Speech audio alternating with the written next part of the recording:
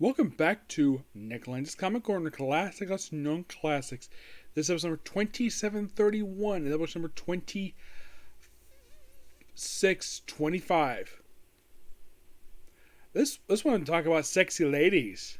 Yep. First that we have is Harley Quinn by Stephanie Phillips, Volume 5, Who Killed Harley Quinn? Sadly put her the last three to click issues from this run. Yep. The last one. This collects Harley Quinn. I believe this is from Volume 4 for the series. Yes, Volume 4. Issues 22 to 27. Yes, it feels basically, this is our last set of issues with Metalito, David Bolin, Paquel Corneo, and Ryan Brito. Mostly put, here's what happens here. This continues off the events of the previous story, Task Force XXX, where Harley got a bunch of money and decided to buy herself a yacht. And the reason why, because she started paying rent. Yeah, it's probably a play on real life stuff where apparently it's more affordable to buy your own place than renting it. So basically, and Sean's trying to kill Harley. And then, of course, we have a multi-universe event featuring Harley in this book. We have Harleys across the multiverse. Yes, as you can tell on the cover, yeah, we do see Old Lady Harley, who actually has a miniseries. We also see Injustice Harley from Justice Gods Among Us. The Bombshells Harley Quinn. Yes. There's even, I think they included one from the animated series in here. The one from the 90s. Let's see. They also had a Harley Quinn Who Laughs, which... no surprise there, given the fact that apparently there's a whole bunch of Harley Quinns. Why throw in this one? And the whole thing is, who's trying to get Harley? Yeah, and we're trying to deal with the Condiment King here, but with the cover here, that's John Boy Myers, who makes Harley look very sexy. I love the way he draws, basically, Harley here. You also have this very sexy version of Harley, oh my gosh, wow. Damn it, she's hot. And ooh, someone killed Harley. Who killed her? Yeah, they got the Harley's private yacht. You know, it's about a food truck. Yes, a freaking food truck, because they wanted basically. And you probably think, oh yeah, there's and of course, remember for the Lazarus Pit. And of course, she's nuts. Who could? And by the way, we even have a guest appearance by the Harleens. Yes, the freaking Harleens are here. Oh yeah, there's even a girl who dresses up like 90s anime. They're called the Quintessals. Yeah, I'm I guess it's new version of Harley's. Why not? And then Damien shows up. Yep, he's here. He's yeah, he beats up Harley. And I should point out though, Damien is about 15 here. Harley is basically mid-20s, early 30s. It's 25 or 30-ish. I don't know exactly how old she's supposed to be. But she is a decade older than Damien. And no, Damien does not... She has not introduced Damien because... two reasons. Number one, he's younger than she is. And number two, she does not want to become the daughter-in-law to the Batman. Because she knows that this Robin... I think she does know that Bruce Wayne is Batman. I think. I don't know. But yeah, she does know this Robin is basically Batman's kid, so... yeah, then we have, some people trying... and we also have Victor Zsasz here in these issues. Yes, Victor Zsasz! As in the famous serial killer. Yep. Of course, Harley's here with her hyenas. Yes, her pet hyenas. You're thinking, Harley's got hyenas. Yes, it was left from the Joker. She kept them basically part of their split. So, here she is. This is the Harley Quinn Who Laughs. Yes, seriously. And look, it's Old Lady Harley. Yes, I think it's the first time that time we read this comic, first time she appears in her own mini-series. Yep. And of course, she finds the Harley Quinn who kills. And not the other one was yeah. Don't worry, she's not the only one. Like I mentioned with the other ones. About to show them off here. If I can get this thing to stay in here. So yeah, fights Harley Quinn and laughs. And then Killer Frost shows up. Yeah, this is Caitlin Snow. I'm like, what? Yeah, Caitlin Snow is here.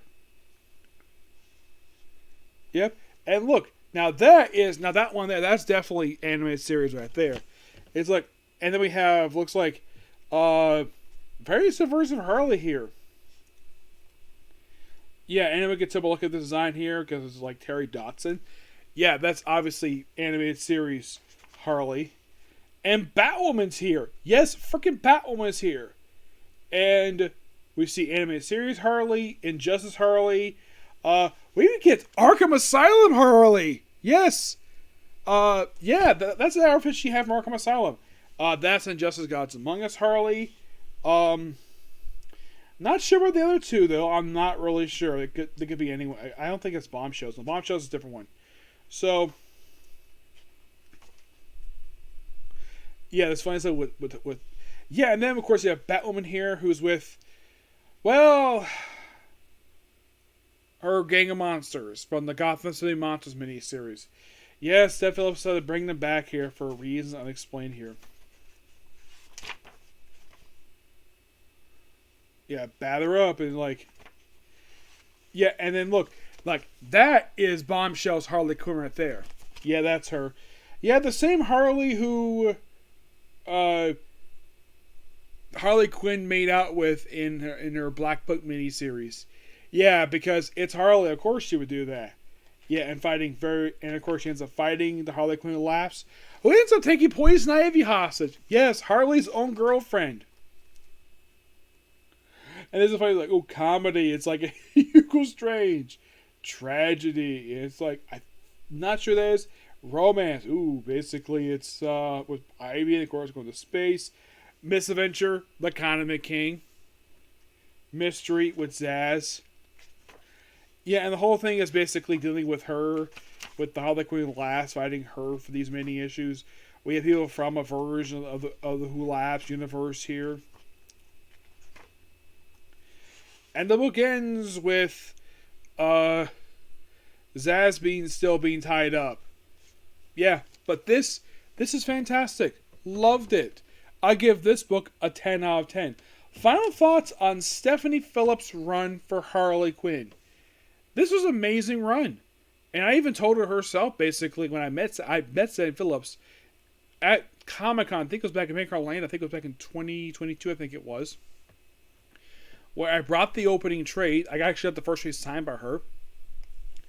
And it is surprising not the fact she lasts as long in this book, because I thought it was really good. I did not agree with critical opinion of her. Thought that she was a terrible writer. I'm like, what's the matter, critical thinking? You never read a good book by a good writer? Or the fact that it's written by a woman who's actually competent at her job? She didn't make it Fitz Martin. Nope. But in the case of this book is absolutely amazing. This book even had its first annual release as Volume 2. Yes, so overall it's second ever annual. And that was really good. I find it interesting, though, the fact that we had Tina Howard take the book. Now, the book is still pretty good. Now, here's something surprising, though. Her run did not cross over with the Gotham War stuff, which thank God for that. My only problem with the run so far for Tina Howard is, for some strange reason, she made Punchline a Catwoman villain. Despite the fact she should be in Harley Quinn, she writes the book too, so why can't she put Punchline in Harley Quinn? More random out later. Now, I'm not sure if in fact they're going to keep the same numbering for the graphic novels. They did for Catwoman when it came from Julie Jones to Ram V, where they get the same numbering. But for some reason, when they switched over to Tina Howard and Catwoman, they relied on numbering. For no reason. I don't know why, but that's what they did. Alright, next up we have another sexy lady. We have Elvira, Mistress of the Dark, Volume 2, Issues 5 through 8. Mostly put, it's Elvira going through hell. Yeah, she was shoved into a coffin. She accidentally died in the previous set of issues, so... Yeah, by the way, it's revealed that what caused the accident was actually her. She did it herself. Time loop. So we're going through hell and meeting various people. Overall, this was a really fun book. If you're curious, who wrote this really amazing book? This book is written by David Aberline, artwork by David Acosta. And she runs Edgar Allan Poe in here. Like, first person she runs into when she's in hell, she runs into Helen of Troy. Yes, Helen of Troy. The story is called Elvira's Inferno. Yeah, that's what it's called here. That's what the trade is called, Elvira's Inferno. So, yeah, and then when she recognizes Helena, like, yeah, Helena of Troy. Yep. She's not the only celebrity in here. Oh, no. And then she runs into Edgar Allan Poe. Yeah, call Edgar Allan frickin' Poe. So you name me, so I me. Yeah, basically he's doing his whole Raven stick. Yeah. I like the fact she meets Oarsman, who basically just started a motor. And of course, basically because the whole thing of her being here was an accident. And he starts motoring, he hands her basically oar, beats a bunch of... And then Val Tempest is here. And then we see a snake man. Because, of course. Yeah, deals with that. And runs into a version of Cerberus. Yes, Cerberus. And we see a guy named Glenn, who apparently is a fan of Elvira. Just escorts her down. Goes to like a version of a mall. Goes all over the place here. And then sees a Minotaur. Yes, a Minotaur. Oh, traffic is damned. Traffic jam of the damned. Yeah, cars are exploding. And of course she just, well, rides in their car. Just rides into the gate.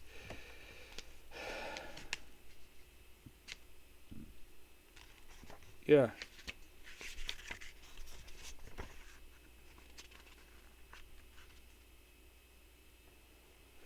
And of course, there's a reference here, Brady Bunch and Army of Darkness. Yep. Yeah, and then eventually she meets, well, the Lord of the Underworld himself, basically Satan, who's chewing on a bad human because it basically is a fair thing to do. And then she's judged by various people. Apparently her gym teacher. Yes. So she's tried, and eventually she's able to go home. No problem. Even run into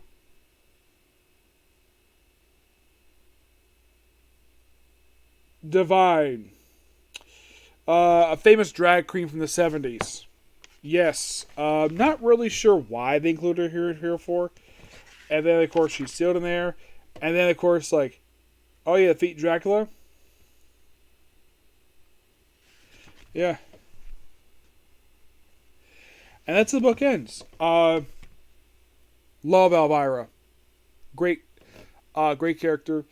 And this is an amazing book. I give it a 10 out of 10. If you're curious, the woman who plays her, Cassandra Peterson, she is 80 years old now. And I saw a picture of her from years ago. She looks really good for her age. And I also heard, thanks to a little bit snippets I've heard from her biography, she's a lesbian. Yes, the one who plays Elvira is a lesbian.